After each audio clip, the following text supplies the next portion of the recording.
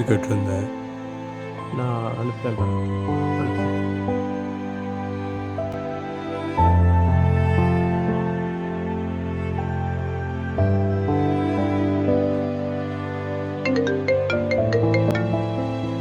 சொல்கிறா. டேய் 2 மாதமாக பைக் டியூ கட்டலை. நான் அனுப்புகிறேன்டா. நான் அனுப்புகிறேன்.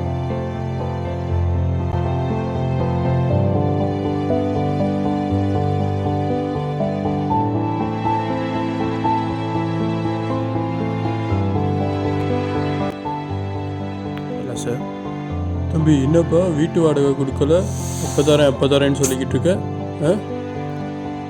சார் நான் ஈவினிங்